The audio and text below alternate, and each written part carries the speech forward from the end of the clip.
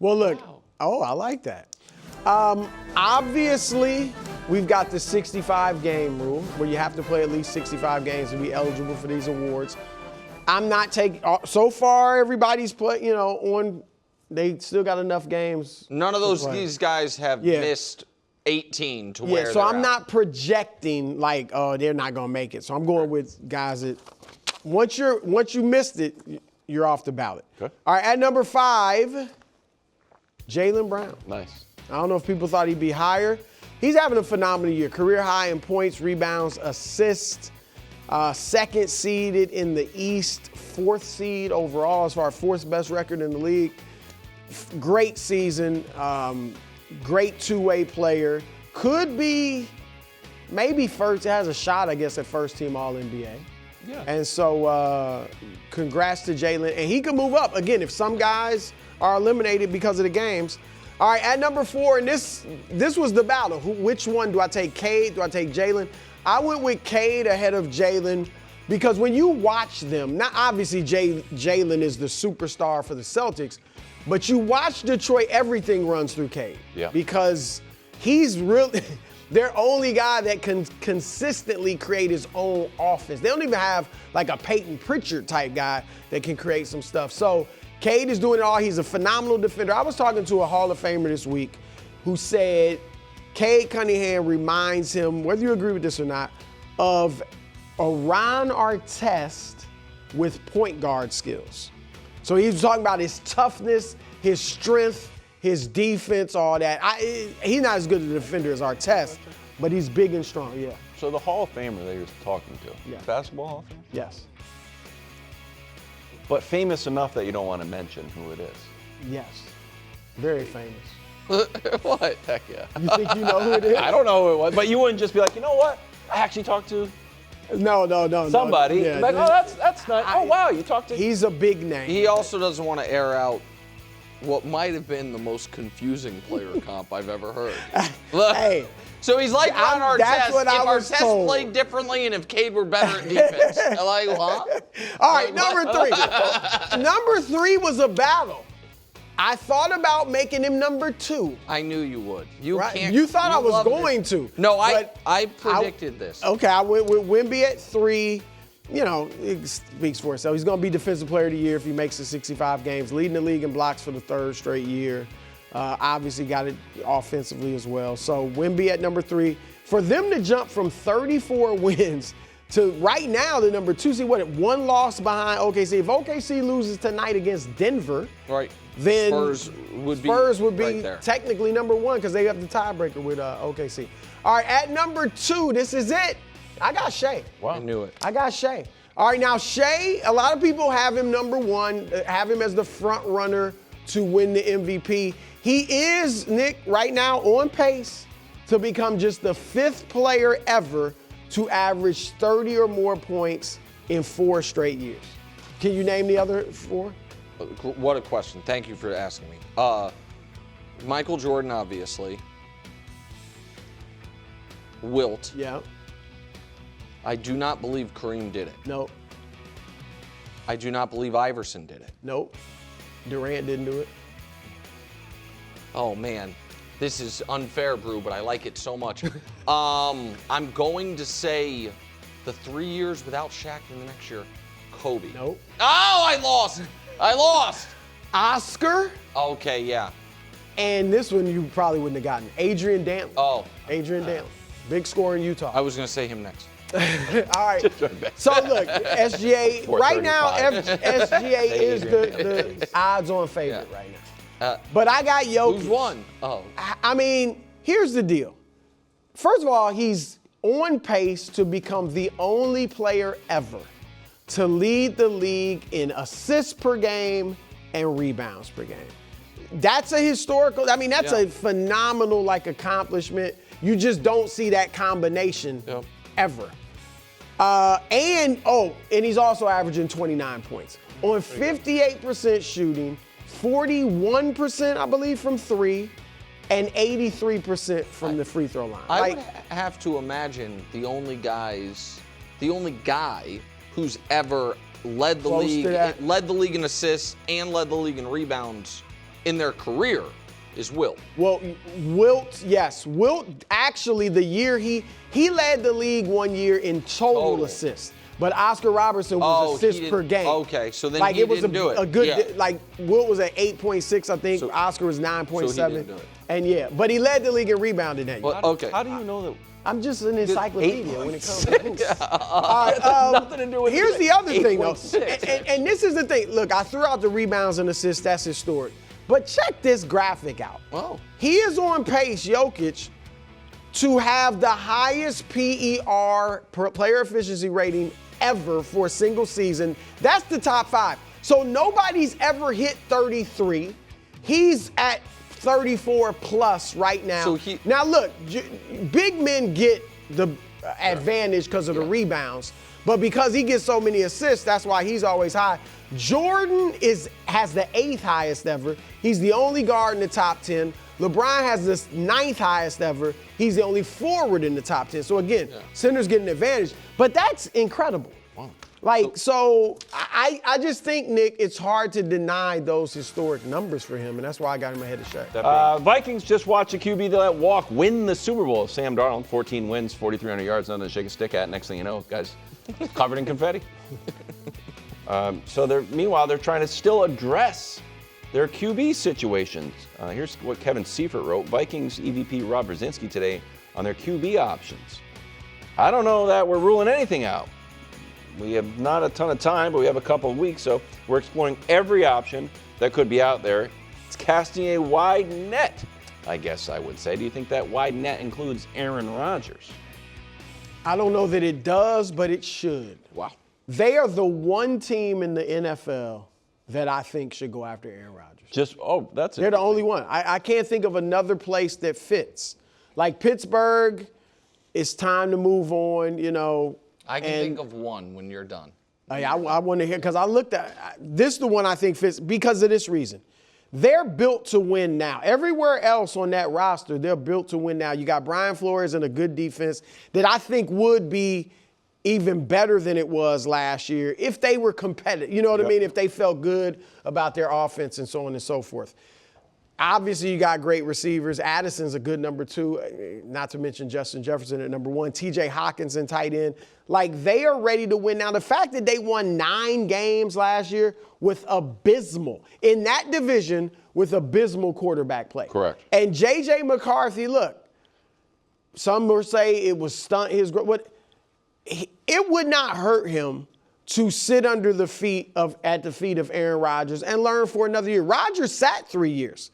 This would be the 3rd year for J.J. McCarthy. Now, it would probably kill that, you know, him getting this huge contract initially, but that's not the focus for him right now. The focus is just proving you're a starting caliber quarterback. The focus is staying in the league. Yeah, so you sit behind, you learn under Rodgers, you sit for a year, and then maybe a year from now you can be the guy. And look, you guys know how I've talked about Rodgers' struggles in the NFC title games, and I kind of feel like there's a cap. Obviously, he won the Super Bowl early in his career. I don't think they get to the Super Bowl, but I think they could get to the playoffs and have a good year. Sure. And I think the owner is looking for, we need some W's. And Kevin O'Connell's a great coach, shouldn't be on the hot seat or anything, but he needs to have some W's too.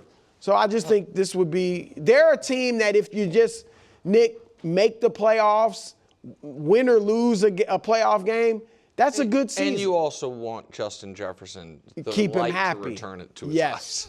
Because he's a good guy. Yeah. He's not. At some point, he may say something and he'd be within his rights. But you want to keep him happy and help him put up some numbers. So I agree with a lot of what you said. And in part, before I get to my surprise Rodgers team, here's the full list of quarterbacks who either are available or could be available. And what you're going to see is, man, it is slim pickings. Yes. So Daniel Jones, we believe, is just going to stay with the Colts. But he is a free agent. Yep. And also he's coming off an Achilles. Yep. Right. Malik Willis is going to be expensive. And then you're down, after that, it's a lot of, the old guys post-Achilles, Rodgers and Cousins. Kyler, who you're going to have to trade for and He has a Well, he's real gonna get contract. cut eventually. I think Kyler might actually have just enough trade value where he doesn't get cut. They get like a 5th-round pick for him. Mac Jones, you'd have to give up a. They don't want to trade him. No, but if somebody offered the 35th pick. Oh, yeah. Yeah, because Mac has the opposite situation of Kyler, which is it's such a good contract. You know what I mean? People might want to. And then your Geno, Tua, Anthony Richardson, we're going to talk about in a minute. And then guys who I think are just backups in Jimmy G and Fields. So if you don't have a starting quarterback and you don't get Malik Willis and you're not drafting Fernando Mendoza, Aaron Rodgers might be just your best option. So you might have a lot of options. With that said, what have I said Patrick Mahomes is going to be doing this offseason? Oh, he's going to be dancing at Travis Kelce's wedding. And then what is he going to be doing? Playing in week the one. game, playing. Starting week one. Oh, okay. Is what I didn't know. I thought you were talking about the wedding. No. Maybe cornhole. They have like fun stuff at the wedding. I have said that repeatedly. I have not reported that. It's just what I believe is going to happen. I think there are worse options for Aaron than if we find out in the offseason, listen, the Chiefs are targeting week 4 for What a Patrick take. Mahomes. What a take. For him. I love this. For him to be like, hey, this is a really kind of cool end note where you can't end on a down note. You're there with a team that can win the Super Bowl. You are the stabilizing force the first few weeks of the year, and then you're in the background. I think because I think but why? I love that. I mean, you love it because he's Mr. Chief and he's saying the Chiefs, but I don't think that makes sense. Like, what do you mean? If I'm Rodgers, why do I want to be a backup? Well, the thing is, I totally agree. You don't want to be just a backup, but if it's like, what's the good comp for this? It's like.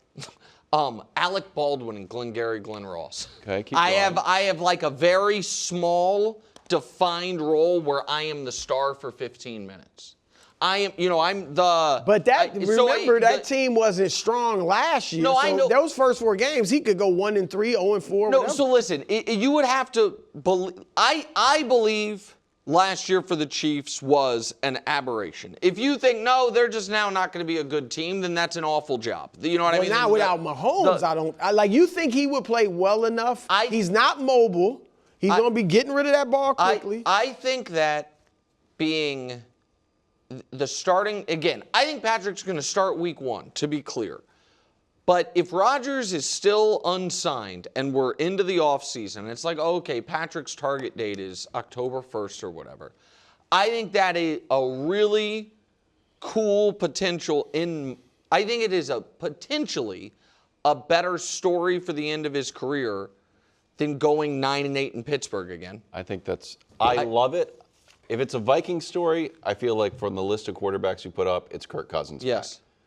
If it's an Aaron Over Rodgers? Yes. I just think it's like he has the jersey. It's like, I have the jersey. A lot of it's just But what are you going to do with now? You're right. You will put up numbers, and Justin Jefferson will, but you're not. I don't know that Rodgers is much better than Cousins right now. No, I agree with that. I'm just saying the feeling around that team, if Kirk Cousins is there, I don't think the feeling is he's going to lead us to the Super Bowl. With Rodgers, even though I don't think he'll lead them to the Super Bowl, I think they would look at it like, I don't know. Oh, hey, this I'm is Justin Aaron Jefferson, Rodgers. like, well, let me pull up my stat sheet with Your Kirk Cousins stats, throwing but the ball. what about playoff wins?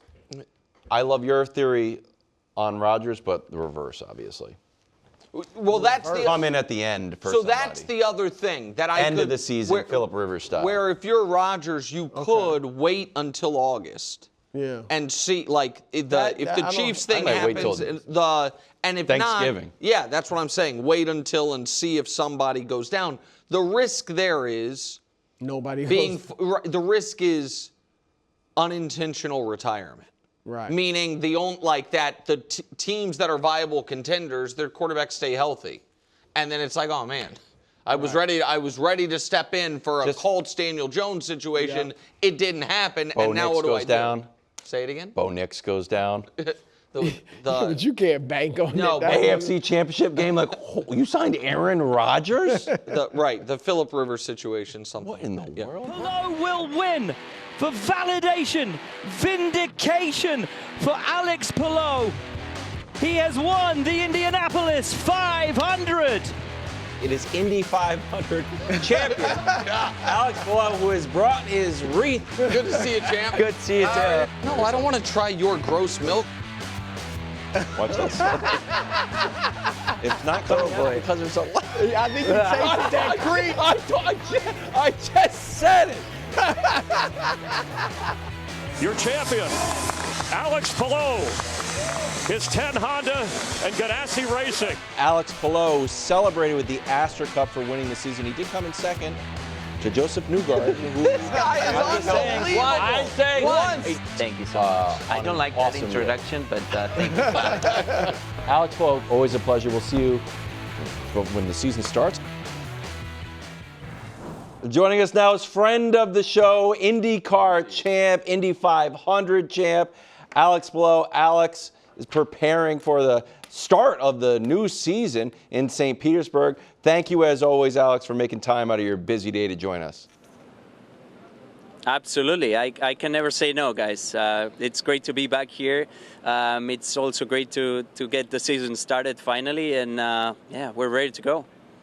So, Alex, last year we talked about how there was one only thing to check off your list, winning the Indy 500. You had already a 3-time champ, back-to-back champ. You then won the Indy 500. You won your 3rd straight championship. You won half of the races on the season. How is it realistic, if at all possible, to duplicate, much less to excel past that this season? It's tough to replicate, man. I think 2025 for us was magical, was one of those seasons where I had the best car, I had the best team, I had a lot of confidence on myself with the car. We got lucky when we had to get lucky, and we were able to execute perfectly. So, although I would love to repeat, and I would love to get another 500 and then another championship and 8 wins, I know that it's pretty tough to do. So we're working towards that. Like we prepared this off season as like if we had a terrible year in 2025. We just know that everybody's working hard to catch us. So yeah, we're excited. We're excited to get started again. I'm excited to try and see what we can bring in 2026. But at the same time, I know matching 2025 will be tough. When you've accomplished so much, Alex, like, do you draw on anything for motivation? Like Michael Jordan used to famously kind of make up slights, you know, that would get him motivated. Do you do anything like that, or is it just in you, like, I want to be the GOAT, I want to win every race, or do you have to look for something else? Look, what I really like about racing and motorsport, it's just spending time on track, working with my mechanics, my engineers, my team, and trying to be the best that day. For me, today was I was super motivated, not for the end goal of winning the championship or on Sunday. It was about today and just trying to be the fastest we could. So I don't really have like an end goal, honestly. I think we need to give 100% every day to try and win as many races as possible. And I just love working with cars. So yeah, I don't know. I just hope that I can continue to do this for a long time and keep on fighting for wins, championships, and 500s. But I don't really have something that motivates me. It's just the love or the passion for this sport. Alex, if you were looking for something, and I do like that you're so locked in, and I'm surprised you didn't mention it, Brou, but we had Pato Award on the show. Wow. And Brou declared, I'm a Pato guy from now on. Now, we didn't know you were going to be on. We thought maybe Pato would win some races before Indy, and then all of a sudden we got Alex Palou on. So I'm surprised you didn't pass look, yourself Alex, in here's that the role. deal. Nick Look, has hogged no, you. let me, please, Yeah. let me speak. This is my turn now. I didn't want to Floor is bring it up, yours. but you said it. I know Nick is my guy. Yeah. I know that we're brothers. We're more than that. I And he's skipped my the guy. Pato So as long interview as he out of keeps on loyalty to saying you. this, I wasn't even there. I was like, we're talking to another Indy racer, It's I'm okay. leaving. That's okay. He has to do that. That's part of his job. But I know he's pushing for me. I needed somebody. Wild's got Newgarden. Yeah, I mean, I needed somebody. So, Alex, this is from Bob Pockrass on FoxSports.com. Top 10 Indy car drivers of all time. You know, we got you have some legendary names, not just in Indy, but in overall sport. Mario Andretti, Al Unser, AJ Foyt, Michael Andretti. And then there you are at 10. Do you think about your place in racing history, or is that just a distraction to you? I don't think about it, but I saw this graphic today, and I just I cannot believe it. I feel like I'm still that 5-year-old guy that has an amazing life and an amazing opportunity to drive fast cars for a living. And for me to be surrounded by those names and those great drivers, it's insane. But now that we have the opportunity to try and go up that grid, and we're P10 now, hopefully in a couple of years we can be up in the top 5 or top 3. But honestly, that just fuels me. It gives me amazing energy to try and continue to work harder and improve just my game. Yeah, and also, I mean, I'll say it, Alex doesn't have to, with respect to Bob Pockrass, who does great work. I mean, a little low. I mean, the guys had 5 seasons on the Indy, 6 seasons on Indy, won 4 championships, won 3 in a row. Percentage-wise. I mean, I think it's top 6 at least, but it doesn't matter. I got a question for you. I want to ask you 2 questions about your offseason. One is off-season work, and one is non-work. I totally just intuitively know, like when a basketball player is like, yeah, I was working on my game in the offseason, what that looks like. When you say, you know, in the offseason, working to get better, how much of that is physical fitness? How much of that is, this will sound ridiculous, driving practice? And how much of that is working on the car and making sure the car is to your liking? Like, what does your off-season training really entail? I would say 50% is physical, because that's really the only training we can do. For people that don't know, we are not allowed to go test. It's not like other sports where you just start practicing your own sport, like basketball or football. We can only do simulators, and we have a couple days of testing on preseason, which we've done this past month. But we only get like 3 days of testing with our car and like all other competitors during the year. That's it. That we don't practice anymore. So for me, it was 50% physical, but the other 50%, it's all about like watching video, watching onboard cameras, watching the TV feeds, and seeing like what we can do, and a lot of data with my engineers to see how can I improve, like checking how can I brake a little bit later, a little bit deeper, how can I manage the tires better. Like there's so much stuff that we can do as drivers to prepare and to improve year to year that there's a lot of work that we can do behind the scenes. Okay, and when you actually do have downtime, I'm always interested in this with drivers, because our show is very distinct kind of driving personalities, if you will. Brou drives a literal race car, like fast. A literal fast race car, sports car. KW doesn't even drive. That's not true. His wife drives. She prefers to drive. Shotgun. She likes to drive. His wife drives him because, and I quote, "You drive like an old lady." And so she doesn't let him drive. I drive the speed limit. For you, I could see you feeling like anyone else driving is maddening, or you're like, man, finally, I don't have to drive. So when you're back home in Spain or you're actually taking time off, are you driving? Are you a pretty aggressive, insane driver? Like, how does that work? I'm not aggressive. I think I'm not aggressive. There's some people on the road that irritates me, like when you're going on traffic, like I guess like for everybody. But honestly, I'm a very safe driver. I think I'm very lucky that I get to go fast on track, so I go only at the speed limits on the road here in the US and also in Spain. But yeah, I like to drive. I don't like to do like huge road trips, but I like to drive. If it's less than 3 hours, I love it. Oh, okay. I've got an interesting question for you. So Phoenix, the Desert Double, They're going to have the IndyCar and the NASCARs on the same track, same weekend. I think IndyCar March 7th, the next day NASCAR. Any thought about doing both? Have you ever thought about that? I love watching NASCAR. I would love one day to try one of those cars, but I feel like our way of driving is very different. I think I could maybe be quick on a one lap, but I know I would get destroyed on races just because of how those cars are and also how they race. They race very aggressively, and I think I would get destroyed there. So maybe one day in the very future, but yeah, not now. I'll just be a fan for now. Is there any other style, and I apologize, you maybe have done this and my research is bad, but like 24 Hours Le Mans, the different things like that, like do you I know you have a long Indy career in front of you and you talked about wanting to run down those guys on that list, but on like the, ultimate racing career bucket list, are there certain little check marks that you're like, hey, one day I want to win that, I want to compete in that type of thing?